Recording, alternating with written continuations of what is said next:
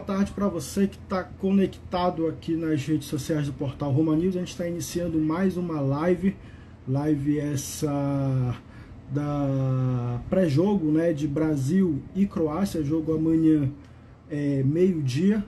Brasil tentando aí pelas quartas de finais uma vaga na semifinal, coisa que não acontece aí desde 2014, quando o Brasil enfrentou a Alemanha aqui na Copa do Brasil e acabou sendo eliminado naquele fatídico 7-1. Agora tem mais uma vez a possibilidade de chegar nessa fase de semifinal. Hoje eu vou receber, como já é de costume, o Arlen Thiago do Futebol Paraense. Eu já vou chamar ele aqui para bater esse papo com a gente, e também a gente tem mais bater essa resenha com a gente hoje sobre esse Brasil e Croácia. Mas antes, vamos deixar o Arlen entrar aí para a gente bater um papo inicial com ele. Eu já chamei ele aqui, esperando só ele aceitar o nosso convite para participar dessa live. Quem participa com a gente também hoje é o Emerson Almeida, técnico do Caeté, que está aí se preparando para disputar o Campeonato Paraense, e também o Jairo Nascimento, técnico do Tocantinópolis, clube lá de Tocantins. O Brasil que pega amanhã a Croácia, ele pega meio-dia e às 4 horas da tarde tem Holanda e Argentina. Esse jogo vai definir quem vai ser o adversário de Brasil ou Croácia. A gente tem aí a possibilidade, então, de ter um Brasil e Argentina numa semifinal de Copa do Mundo, um reencontro entre as duas seleções que são as maiores rivais aqui da América do Sul. O Arlen não está conseguindo aceitar o nosso convite. Mandei de novo aqui para ele, esperando ele entrar aqui na live. E no sábado a gente vai ter aí Inglaterra e França abrindo a rodada, fechando a rodada, melhor dizendo, às 4 horas da tarde. Antes tem Marrocos e Portugal. Também vão se enfrentar. E aí quem sair de Marrocos e Portugal vai enfrentar o vencedor de Inglaterra e Holanda na semifinal, para a gente começar a definir aí essa final da Copa do Mundo. O Arlen vai entrar agora aqui com a gente. Arlen, me ouve? Arlen, me ouve? Chamei também aqui o Emerson Almeida e vou chamar já o Jairo Nascimento.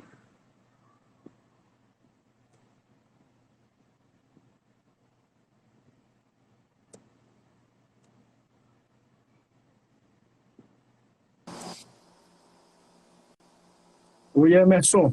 Opa, tudo bom, Júnior? Bom dia. Tudo bem? Bom dia, Bom né? dia. Me ouve bem aí? Tudo tranquilo, tô ouvindo bem. Eu tô esperando o Arlen entrar aqui. Ele já apareceu umas 5 vezes aqui na live e ainda não entrou, mas a gente vai batendo esse papo. Como tá a tua expectativa nessa Copa do Mundo? Tá acompanhando bem? Tenho acompanhei a maioria dos jogos, bem confiante que vem o Hexa, bem confiante no que dessa vez vai vir, se Deus quiser. Aí o Arlen tá chegando aí, não veio pelo perfil do Futebol Paraense, veio pelo perfil dele, perfil pessoal. Não, tá no meu? Peraí, deixa eu sair aqui. Peraí, só um Não, momento. fica aí, isso aí tu não volta. Não, tem que voltar lá. Não, só um momento. Tá, beleza. E Emerson, me diz uma coisa, como tá a tua expectativa para amanhã, Brasil e Croácia? Cara, assim vai ser um jogo difícil, né? Já típico de quartas de final de Copa do Mundo. Mas eu creio que dá Brasil, pelo que a seleção demonstrou ao longo da competição. Vai ser um jogo difícil, mas eu creio que no final vai dar Brasil, com certeza. Bem confiante. O Brasil tem aí, né, a possibilidade, apesar do Tite já ter dito que é muito difícil ter o Alexandre, mas ele pode, quem sabe, aparecer nesse jogo de amanhã. Tu vê como, claro, se for possível o Alexandre entrar em campo, tu vê ele como um reforço bom para o Brasil para esse jogo? Por ser da posição, sim, né? Pelo que demonstrou ao longo aí das convocações, eu creio que seria o ideal. Mas, assim, eu acho que pela importância do jogo, acho que não deve ir para campo se não estiver 100%. Né? Então, Pelo que, ao meu ver, eu creio que ele deva manter o Danilo fazendo a esquerda e o Militão na direita. Assim como fez no último jogo. Eu creio que deva repetir a escalação do último jogo. E Arlen, bom dia, boa tarde. Não sei se tu já almoçou ou não almoçou. Bem-vindo mais uma vez. Fala aí pra gente a tua expectativa para esse jogo de amanhã, Brasil e Croácia. Bom dia, Júnior. Bom dia, professor Emerson. Minha satisfação estar aqui com vocês. Cara, são as melhores possíveis, né? A gente sabe que o Brasil ele está tendo uma crescente muito boa, né? Teve aí um momento de turbulência com a saída do Neymar, mas agora já tudo voltando ao normal. Então penso que o Brasil aí vai concentrado, os meninos aí vão bem focados para esse jogo contra esse adversário. Eu chamei o Jairo aqui já, eu não sei se ele se chegou a pegar a notificação. Chegou porque ele acabou de entrar aí. Bem-vindo, Jairo. Júnior Cunha falando. É uma honra falar contigo, um prazer falar contigo. A gente não tinha ainda batido esse papo. Estou aí no Tocantinópolis. Bem-vindo à live do Portal Romani. Boa tarde, né? Já almocei. Agradeço a todos aí pelo convite, né? O Arlen, meu companheiro de trabalho aí, o Emerson Profissão. E você agora beleza? tá tendo essa oportunidade de estar fazendo esse feedback, né? E se conhecendo um pouco. Jairo, eu vou repetir para ti a pergunta que eu fiz para o Arlen e para o Emerson. Qual a tua expectativa para esse Brasil e Croácia amanhã? Olha, pelo último jogo da seleção, a gente criou uma grande expectativa. A gente sabe que teve um pouco de situações desfavoráveis com a saída do Neymar, então assim, gera-se muitos comentários da dependência do Neymar ainda na seleção brasileira. É um jogador muito importante, a gente sabe que com ele a seleção é mais leve, então a gente está confiante que amanhã possamos fazer um grande jogo, né? E diante das dificuldades que vamos enfrentar, eu creio que temos uma seleção preparada e se o conjunto fazer a diferença como fez no jogo agora passado, eu tenho certeza que a gente vai conseguir aí um resultado importante e avançar mais na fase. Jogar essa bola aí para vocês dois, Emerson e Jairo, que são treinadores, né? Estão acostumados já com isso a disputar campeonatos longos e também campeonatos curtos, como é uma Copa do Mundo. A Croácia ela vem de umas oitavas de final muito acirrada, né? Ela foi para os pênaltis contra a seleção do Japão. Vocês acreditam que isso, de alguma maneira, é uma vantagem a mais para o Brasil pegar uma Croácia um pouco mais cansada, já que o Brasil passou com passou com facilidade pela Coreia do Sul e não precisou ir muito adiante como foi a Croácia contra o Japão. Vocês acham que isso é uma certa vantagem que o Brasil vai ter para esse jogo de amanhã? Olha, se tratando de uma competição curta, o nível que acho que não é uma pequena vantagem, digamos assim, né? Pelo desgaste, os atletas que jogaram o jogo todo, mais a prorrogação, né? Esse tempo de recuperação para você fazer um trabalho já visando uma seleção como o Brasil, é um tempo que eu diria bem mais curto, né? Teve um tempo bem mais curto para trabalhar uma estratégia de jogo para enfrentar uma seleção brasileira, até porque foram dois adversários bem distintos, né? Você enfrentar o Japão e você enfrentar o Brasil. Então, eu creio que há uma vantagem, mas uma vantagem pequena. Como o Emerson falou, existe uma vantagem por questão do tempo, né? A preparação dos atletas, mas o que a gente pode analisar é que quando se trata de uma partida mata-mata, acho que muita coisa influencia, né? Mas eu creio que não será essa questão desse tempo a mais que a Croácia teve, né? Com relação à seleção brasileira, que vai fazer a diferença. O meu áudio tá bom aí, pessoal? Tá ruim? Não, o áudio tá bom, o áudio tá bom. E Arlen, o Brasil é muito favorito para o jogo de amanhã? Sim, o Brasil é favorito. Eu penso que mesmo o time da Croácia tendo um setor defensivo muito bom, né, cara? Onde eles conseguem segurar a pressão ali do time adversário, mas eu penso que o que vai sobressair é a habilidade. A gente viu isso no último jogo contra a Coreia, os atacantes do Brasil, o Richarlison, o Vinícius Júnior e o Neymar, eles são muito habilidosos, né? Então eles têm esse poder de quebrar, né? De desorganizar o setor defensivo adversário. Mesmo a Croácia tendo essa organização defensiva é muito, muito boa, né? Mas a gente tem aí atacantes que conseguem, por meio da sua habilidade, né? Individual, por meio ali da sua característica individual, eles conseguem se infiltrar e surpreender, né, o time adversário. O Brasil pegou nessa Copa do Mundo seleções europeias que, para mim, elas têm um modelo de jogo muito próximo. Uma Sérvia que é muito forte defensiva, uma Suíça que é muito forte defensiva e uma Croácia que, apesar de gostar de sair para o jogo, ter qualidade para sair para o jogo, ela também é muito forte defensiva. Na visão de vocês, isso é um problema a mais para o Brasil, se tratando de um mata-mata de Copa do Mundo, onde um 0-0 leva o jogo para uma prorrogação e depois para um pênalti, e aí, teoricamente, as equipes não vão querer, tendo essa possibilidade, equipes inferiores ao Brasil não vão querer correr tanto esse risco assim. Vocês acham que isso é um problema a mais para o Brasil? Olha, sem tratar da situação que você falou, é até bom destacar um ponto aí que o Ali falou sobre a questão dos gols, né? A equipe que sofreu poucos gols. E o Brasil sente uma certa dificuldade quando ele enfrenta seleções que dividem com ele a posse de bola, ou seja, seleções que se comportam um pouco como ele se comporta com a posse de bola. E a Croácia, se a gente analisar os jogos que ela fez, ela divide com o adversário essa posse de bola. Ela não quer a bola totalmente para ela, mas quando ela tem a bola, ela procura envolver e tem um meio muito forte. A gente sabe que o Modric é quem leva esse meio da Croácia. E se a gente analisar os jogos, realmente é uma seleção que preocupa, fez 5 gols, sofreu apenas 2 gols.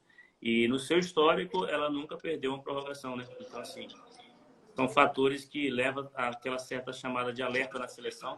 Alerta. É um adversário diferente e vejo um jogo mais equilibrado. Olha, ao meu ver, assim, estrategicamente vai ser um jogo de paciência para o Brasil, né? Se você vê, o meio-campo da Croácia, ele é muito forte. São três volantes que sabem jogar, né? Então, eles têm tanto a qualidade para jogar quanto um poder de marcação muito forte. Grande parte das seleções europeias, se você vê, principalmente agora na Copa do Mundo, usaram, no momento defensivo, usaram linha de 5. A Croácia foi uma das poucas seleções que não usou, porque ela tem um meio-campo forte, um meio-campo bem consistente. E tem uma transição muito boa. Então, como eu falei, vai ser um jogo de paciência, onde o Brasil vai precisar circular a bola, vai ter que esperar o momento certo para tentar furar a linha defensiva da Croácia, né?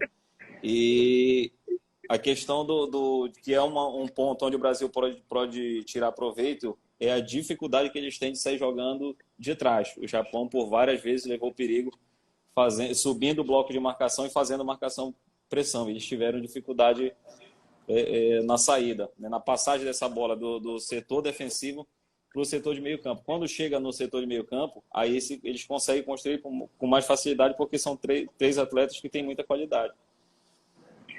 A gente viu o Brasil subindo o bloco contra a Coreia do Sul, né? E deu certo. O Brasil conseguiu marcar muito bem lá em cima, roubar essa bola e dar pressão e fazer os gols. Acreditam que isso vai ser mantido para esse jogo de amanhã? Eu creio que sim. Pela postura que o Brasil vem adotando jogo a jogo, eu creio que sim. Tem funcionado muito bem. Os homens de frente da seleção brasileira têm conseguido fazer isso muito bem. O que a gente pôde observar da seleção como você falou, destacou com relação à marcação alta, o Brasil dividiu bem esses momentos. Em algumas situações, ele foi uma seleção que jogou de uma forma reativa. Ele baixou suas linhas, esperou o adversário vir. Eu acho que veio com muita sede. E terminou favorecendo a seleção, os contra-ataques, que é um ponto forte. Os beiradas funcionaram nesse jogo. Acho que a grande diferença foi as nossas beiradas. E creio que nesse jogo contra a Croácia, como a gente já falou, é um jogo de paciência. Se os nossos beiradas realmente fizerem a diferença, eu creio que a gente vai ganhar esse meio aí. Acho que o Tite vai manter o padrão. A gente tenta ganhar esse meio e fazer a diferença pelas beiradas. Eu acho que vem sendo diferencial a seleção. E amanhã, como é jogo de paciência, a gente tem que usar realmente as nossas armas. Agora, uma coisa que o Brasil ele vai ter que ter muita cautela, viu, Júlio, Jair Emerson, é o atacante, o meio-campista, né? É um jogador importante, onde a bola geralmente passa pelos pés dele, né? O camisa 10 é um cara que é do Real Madrid, né? O Modric. Então, assim, ali o setor que vai fazer a marcação, né? O cara tem que ter muito cuidado, né? E não vacilar, não deixar ele muito solto, porque é um cara diferenciado, né? Nesse time da Croácia, é um cara que consegue ter uma visão, né, panorâmica do jogo, né? Ele consegue achar espaços ali no time adversário, no setor defensivo. Então eu penso que além dessa habilidade individual dos jogadores brasileiros, que é um ponto forte do Brasil no ataque, né?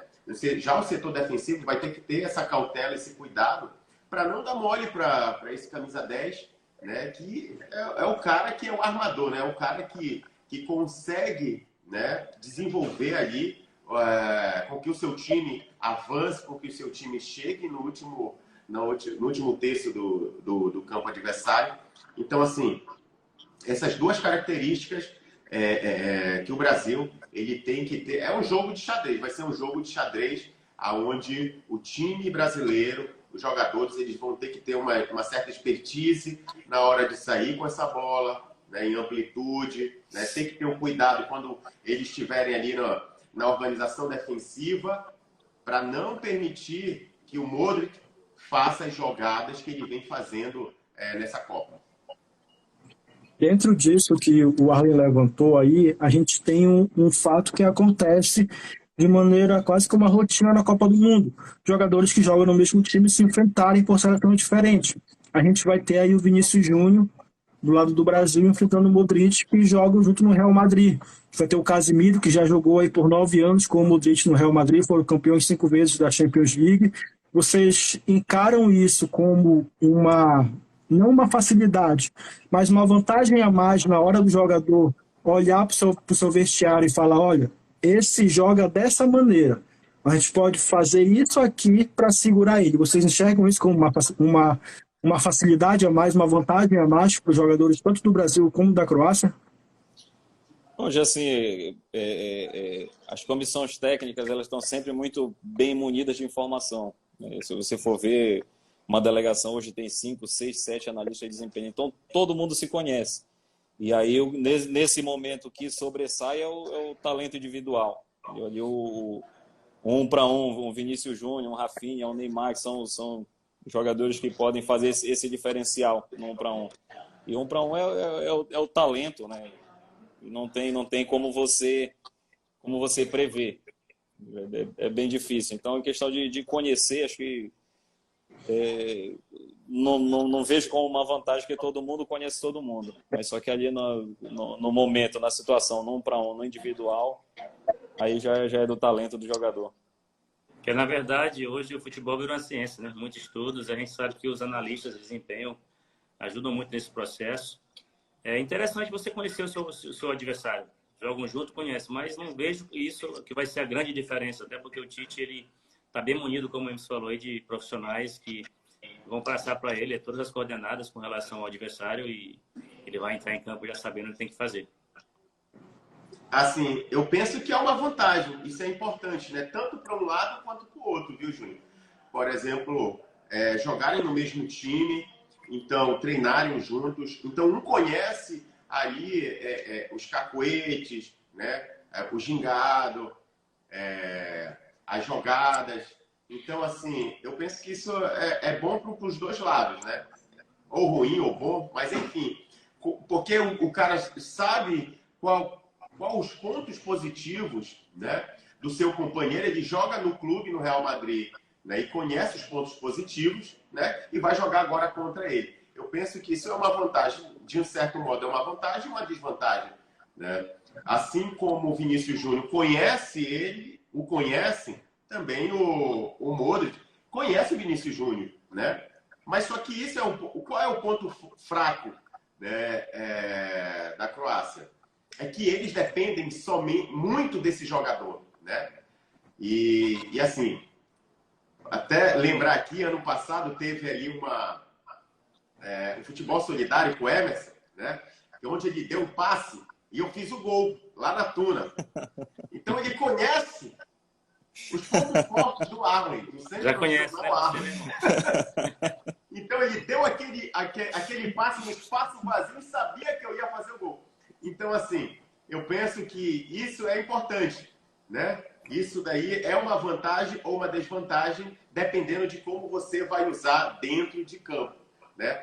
Mas eu penso que para a Croácia é ruim, né? Para o Brasil é bom, para a Croácia é ruim. Tu falou que tu fez gol nessa bola aí com o Emerson, foi? Eu perdi um pênalti, mas o que acontece? Foi algo assim inusitado, né? Difícil. Mas Nem tanto, nem tanto. Nem tanto. Eu falei na live de segunda, quando tava o Robson Melo e José Teixeira com a gente, vou falar agora de novo. No sábado, estive presente onde o Arley estava jogando bola. Ele perdeu no mínimo uns 5 gols. Só ele o goleiro, no mínimo 5 gols. Não, isso daí Ele foi campeão. Ele foi campeão graças ao time. É o cara que segurou lá o cartaz e tirou 10. Em campo, porque eu sei me posicionar no campo.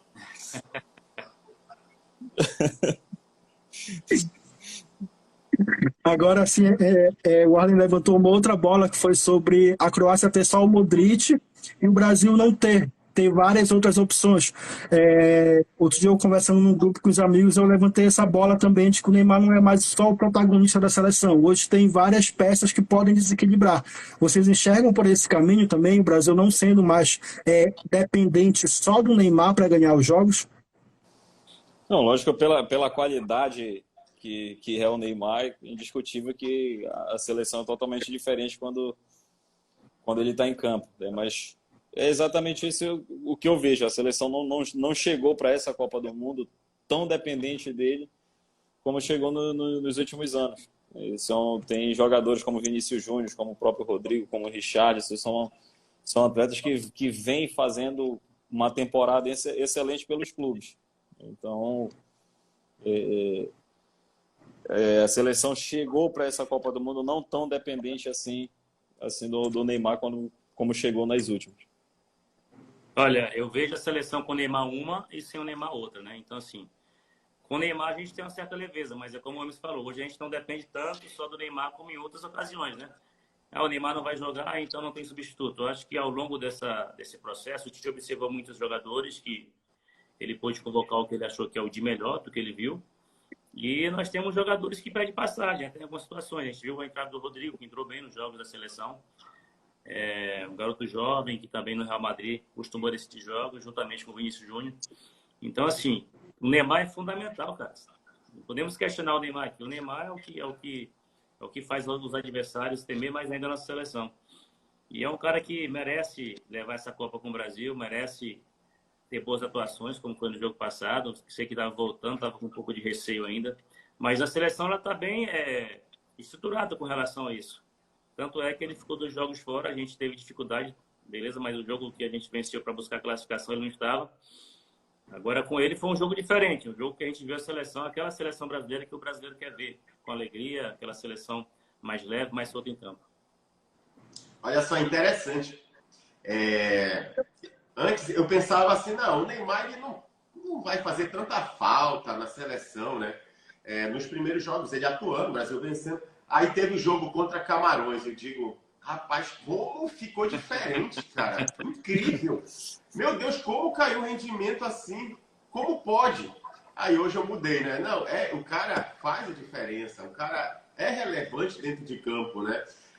A gente que está aqui assistindo sente o comportamento do atleta, né? Eles se sentem, parece que eles se sentem mais seguros quando o Neymar tá dentro de campo, né? Eu vi até o Richarlison falando que o Neymar, ele estava numa conversa, no podcast ali com o Ronaldo Fenômeno, onde ele se emocionou, né? Falando ali do momento que ele está vivendo e tendo o Ronaldo Fenômeno prestigiando, né? Assistindo, torcendo por ele. E ele disse que ele e o Neymar são referências no futebol. Aí o cara que está lá do lado, né, vendo ali o seu ídolo, jogando ali. Então, não está dentro de campo. Em outro momento está, então faz uma diferença. E o atleta, eu costumo ver como também um artista, né, um pintor, ou um músico que depende da sua emoção, né? Da sua criatividade para poder desempenhar um bom futebol. Eu vejo assim um atleta. Então o Neymar ele traz essa confiança, né, aos seus companheiros. E é importante que ele esteja lá, sim. Bora falar um pouco aqui sobre Holanda e Argentina, porque daí vai sair o adversário, se Deus quiser, do Brasil, né? O que vocês preferem enfrentar numa eventual semifinal de Copa do Mundo? A Holanda, que em 2010 acabou eliminando a gente, ou a Argentina, que é um clássico aqui sul-americano, que sempre traz bons jogos, tanto com bola rolando, quanto na questão da porradaria, para quem gosta, né? O que vocês enxergam desse Holanda e Argentina aí, que vai ser amanhã, 4 horas da tarde? Se puder escolher, a preferência é a Argentina, né? No semifinal de Copa do Mundo, Brasil e Argentina, é sempre bom. É freguês, né? Tem que ser Argentina, puder escolher. Mas eu creio que pela crescente que vem, por ser uma seleção que sempre cresce nas fases decisivas, por ser um adversário chato de jogar, eu creio que a Argentina leva. É difícil, né? Difícil definir, mas eu creio que a Argentina leva. A seleção da Holanda, a gente vê que ela segue com uma sequência muito grande invicta, né? Então, assim, também vai ser uma partida equilibradíssima, né? A Argentina, como a Emerson falou, vem crescendo bastante. A Argentina é aquela seleção que cresce na competição. E se a gente tiver que escolher, cara, o brasileiro, ele gosta do Brasil e Argentina, né? Eliminar o maior rival. E são duas grandes seleções que o Brasil vai avançando, né? Que vamos avançar. Será pelo caminho. Quem não lembra, 94, né? O gol do Branco lá, o 3-2, né? E um jogo difícil. O Romário teve que fazer aquele movimento básico, né? Para a bola poder alcançar o destino certo. E a Argentina de um lado o Messi, do outro lado o Neymar. Então, acho que quem gosta do futebol, com certeza, está prevendo esse jogo aí, Brasil e Argentina. Jogão de bola para quem ama futebol, né? Vai fazer aquela pipoca, aquele guaraná, né? E quem gosta daquela cevada também, fica à vontade, né? Vai assistir de camarote, preparar o ambiente para assistir esse jogo. Né? Um caderninho de 200 folhas. Professores. Um caderninho de 200 folhas para anotar tudo. É verdade.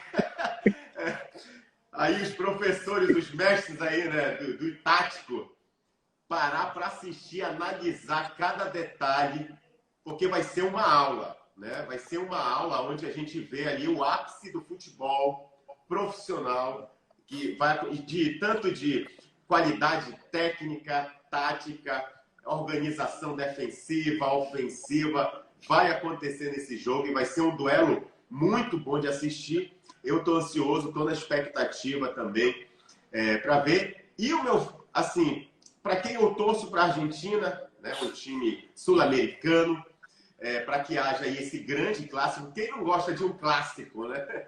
A gente aqui ama o repar.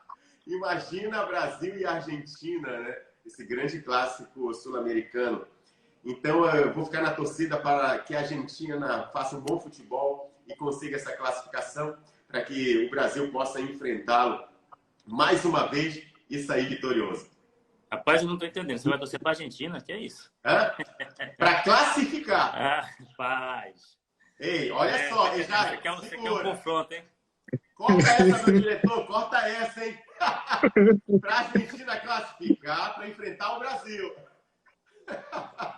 Olha aí, do outro lado da chave dessa quarta de finais tem um duelo de uma Inglaterra que sabe estacionar o ônibus, né? Como a gente fala, Inglaterra estaciona o ônibus, ninguém passa, contra uma França que vem em alta com o Mbappé artilheiro com 5 gols. Como vocês também olham aí esse outro jogo das quartas de finais entre Inglaterra e França que acontece no sábado, 4 horas da tarde?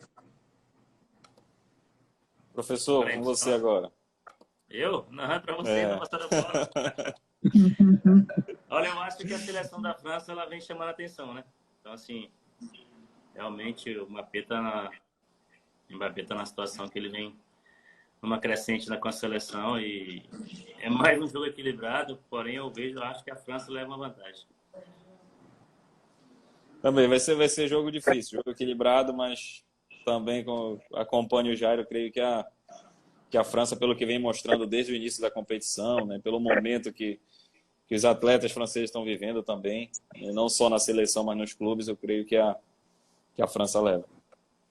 A França tem aí dois garotos, né, cara, que estão aí muito empolgados, né? Dois atletas que estão assim vivendo o ápice da Copa, né, o ápice da sua carreira.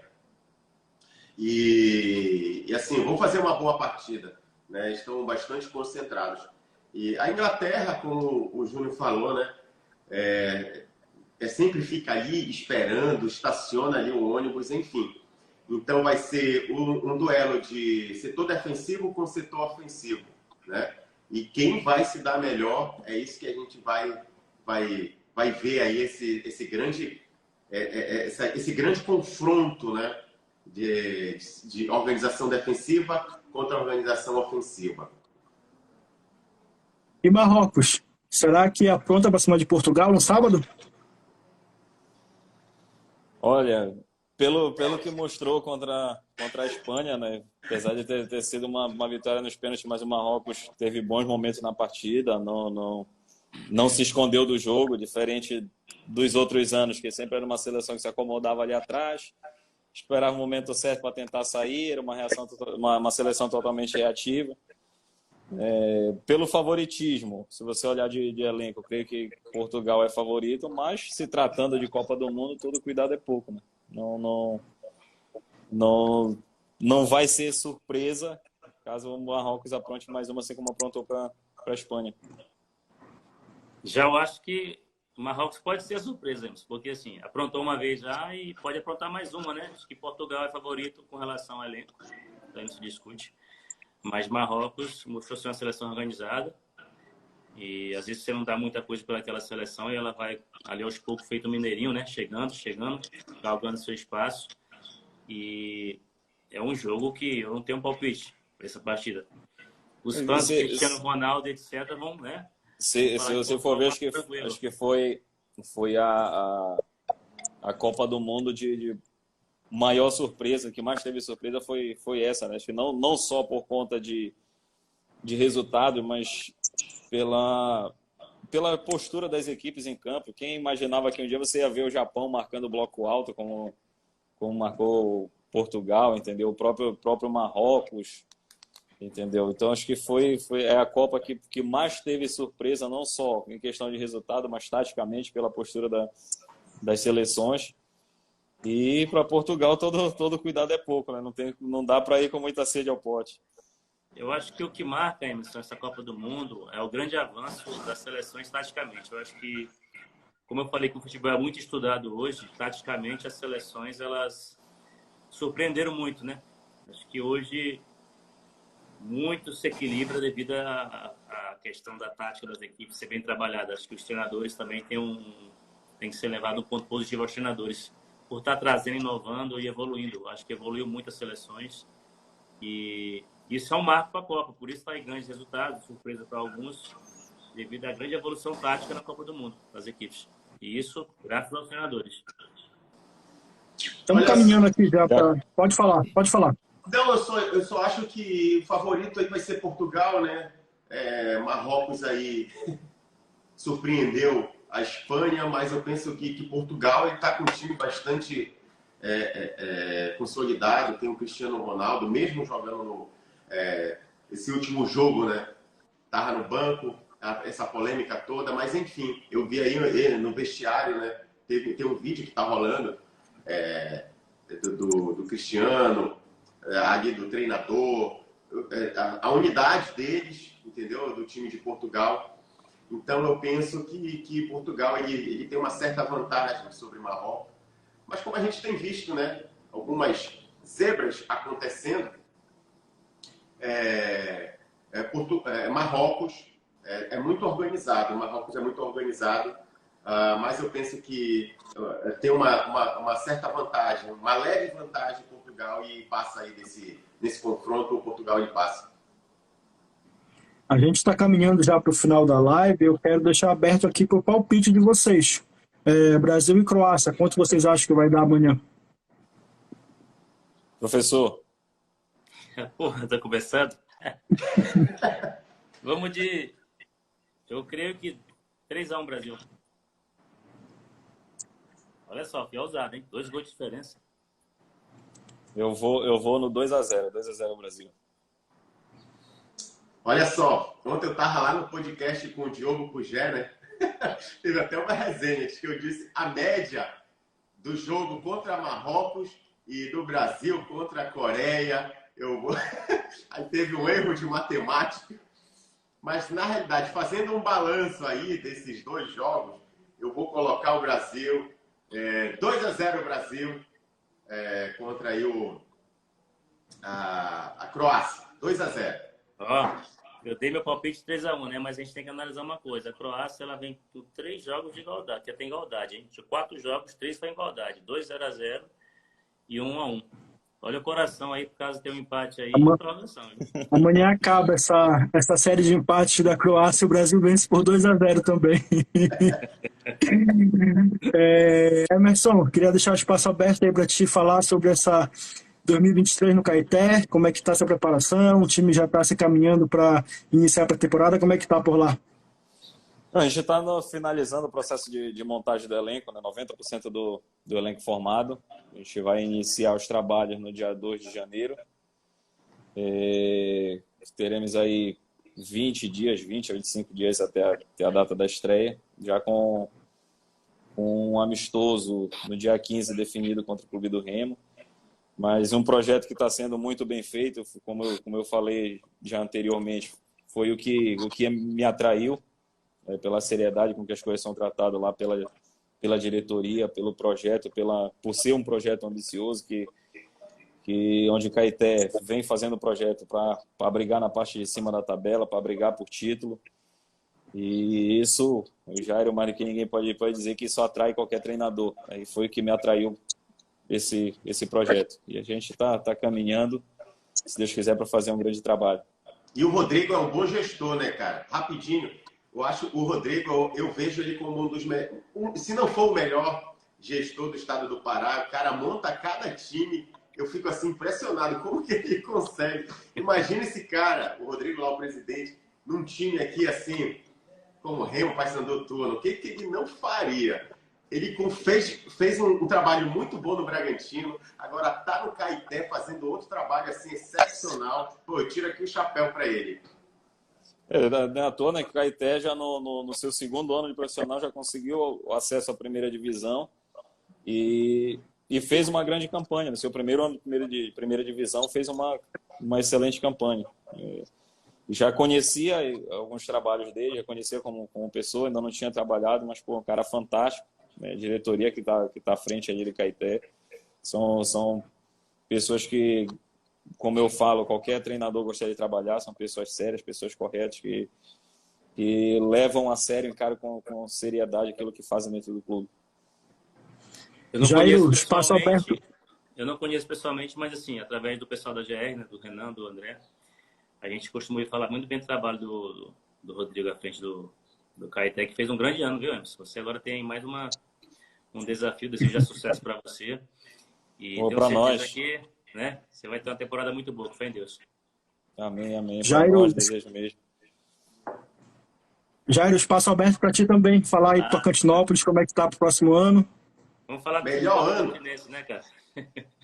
Futebol tocantinense vai ter na crescente. Graças a Deus a gente faz parte desse processo, né? A gente conseguiu fazer uma grande temporada e isso se torna cada vez mais difícil para a gente porque vem a cobrança, né? A gente acostumou o torcedor com bons resultados e o que a gente construiu aqui, a diretoria, que está de parabéns pelo planejamento, o presidente Wagner, os jogadores que aqui estavam, os que vão continuar, essa comissão técnica, tudo isso é um conjunto, né, Emerson? Não adianta a gente achar que é só Jair que está à frente, é um conjunto, tem muita gente trabalhando por trás. Verdade. E assim vem o sucesso, né? Vem o reconhecimento, os resultados, e a gente está trabalhando, né? A gente teve uma temporada boa e a gente sabia que ia chamar a atenção de adversários para buscar jogadores, né? Trazer proposta para eles, às vezes um pouco superior. O clube aqui tem sua meta, tem sua forma de trabalhar, sua filosofia. Então a gente perdeu algumas peças, é natural no processo, quando você faz uma boa campanha. E agora a gente está, procurando trazer, né, reposição, altura. A gente sabe da cobrança que vai ser a temporada, pelo que a gente fez. Estamos com um calendário cheio e temos que trabalhar, arregaçar as mangas aqui, cara, e trabalhar em dobro. O que a gente conquistou já ficou no passado e temos que buscar coisas boas agora no presente.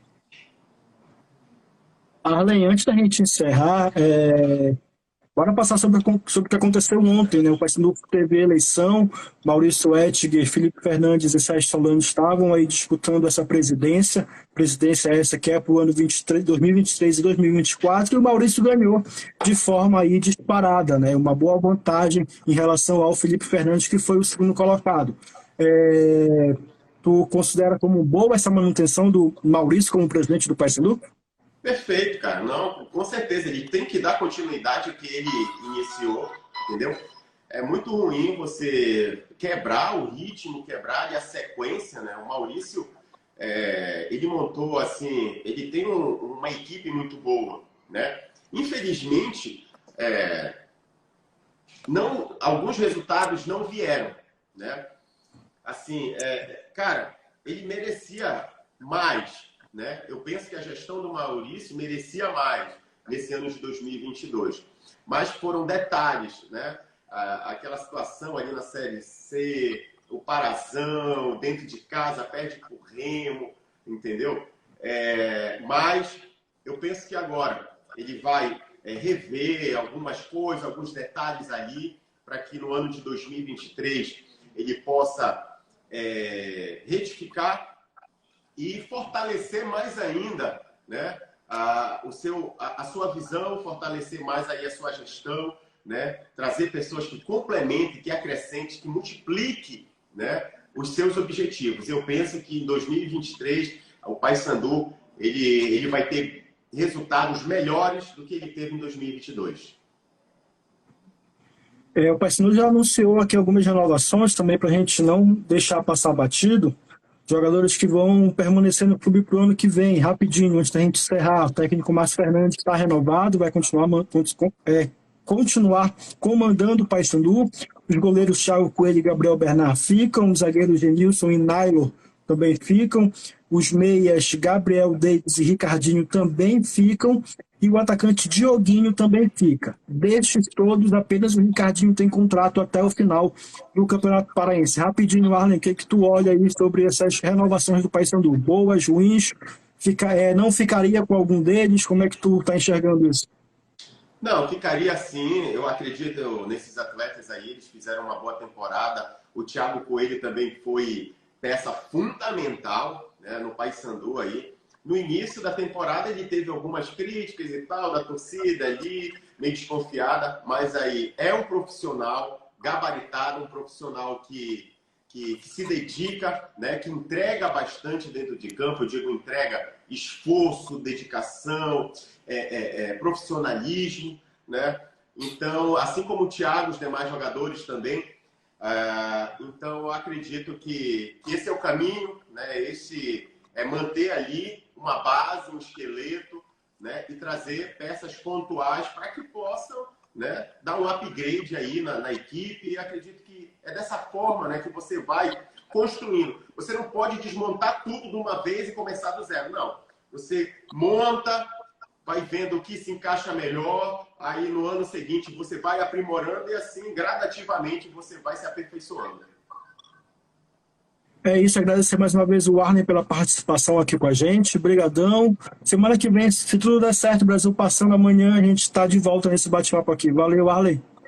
Falou, valeu, Júnior. Valeu, professor Jairo, professor Emerson. Tamo junto. Precisando, estamos aqui. Emerson, brigadão, viu? Sucesso aí no Caeté e na sequência da carreira. Obrigado, valeu. Obrigado, Jairo, professor. Boa sorte na temporada também. Sucesso, Arlen. Obrigado por tudo. Qualquer coisa a gente está aqui também à disposição. Jairo, muito obrigado. Primeiro bate-papo nosso. Espero que tenha outras oportunidades e sucesso aí no Tocantinópolis. Eu que agradeço pelo convite, tá? Esse bate-papo interessante com os parceiros aí. Vale, aquele abraço, meu irmão. Emerson, mais uma vez prazer. E agora conhecendo você, né, meu irmão? E vamos ver que a gente possa aí, né, e tá em outros momentos aí disputando, falando sobre futebol, que é o que a gente mais sabe, né? E gosta de fazer, é futebol. Isso mesmo. Precisando, aciona o Arlen, que o Arlen aciona a gente, estamos aqui à disposição. Você acompanha o Portal Roma News, toda a cobertura da Copa do Mundo, também do futebol paraense. Amanhã, a partir de 11 horas da manhã, tem o pré-jogo, eu já passo para ti, tem um pré-jogo de Brasil e Croácia, e aí meio-dia a bola rola e a gente acompanha ao vivo esse jogo entre Brasil e Croácia. Faz um print aí rápido. Bora o print, vai! Bom, Bora!